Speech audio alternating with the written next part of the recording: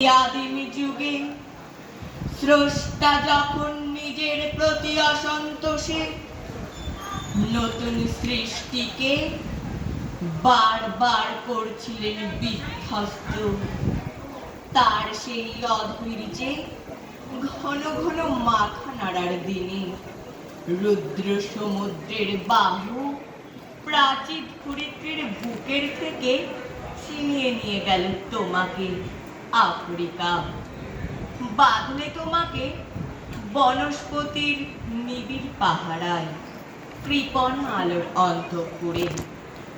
সেখানে নিভৃত অবকাশে তুমি সংগ্রহ করছিলে দুর্গমের রহস্য, চিনছিলে জলস্থল আকাশের দুর্বোধ সংকেত, প্রকৃতির দৃষ্টি অতীত জাদু মন্ত্র জাগাচ্ছিল তোমার চেতনাতীত মনে। বিদ্রুপ করছিলে ভীষণকে বিরূপের ছদ্মবেশে, শঙ্কাকে চাচ্ছিলে হার মানাতে, আপনাকে উগ্র করে বিভীষিকার প্রচন্ড মহিমায় তাণ্ডবের দুন্দুভিনী নাদে। হায় ছায়া পিতা, কালো ঘুমটার নিচে অপরিচিত ছিল তোমার মানবরূপ। উপেক্ষার আবিল দৃষ্টিতে এলো ওরা লোহার হাত করে নিয়ে, নখ যাদের তীক্ষ্ণ তোমার নেকড়ের চেয়ে। এলো মানুষ ধরার দল, গর্বে যারা অন্ধ তোমার সূর্যহারা অরণ্যের চেয়ে।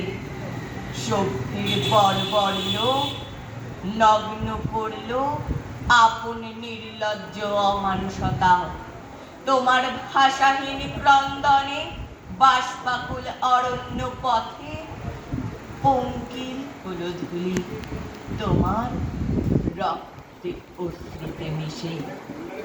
দস্যু পায়ের কাঁটা মারা জুতোর তলায় বিভৎস কাদার পিণ্ড চিরচিহ্ন দিয়ে গেল তোমার অপমানিত ইতিহাসে। সমুদ্র পারে সেই মুহূর্তে তাদের পাড়ায় পাড়ায় মন্দিরে বাজছিল পূজার ঘণ্টা। সকালে সন্ধ্যায় দয়াময় দেবতার নামে শিশুরা খেলছিল মায়ের কোলে, কবির সঙ্গীতে বেজে উঠেছিল সুন্দরের আরাধনা। আজ যখন পশ্চিম দিগন্তে প্রদোষকাল, ঝঞ্ঝা বাতাসের ঊর্ধ্বশ্বাস, যখন গুপ্ত গহ্বর থেকে পশুরা বেরিয়ে এলো, অশুভ ধ্বনিতে ঘোষণা করলো দিনের অন্তিম কাল। এসো যুগান্তের কবি, আসন্ন সন্ধ্যার শেষ রশ্মিপাতে দাঁড়াও ওই মানহারা মানবীর দ্বারে, বলো ক্ষমা করো। হিংস্র প্রলাপের মধ্যে সেই হোক তোমার সভ্যতার শেষ পুণ্যবাণী। নমস্কার।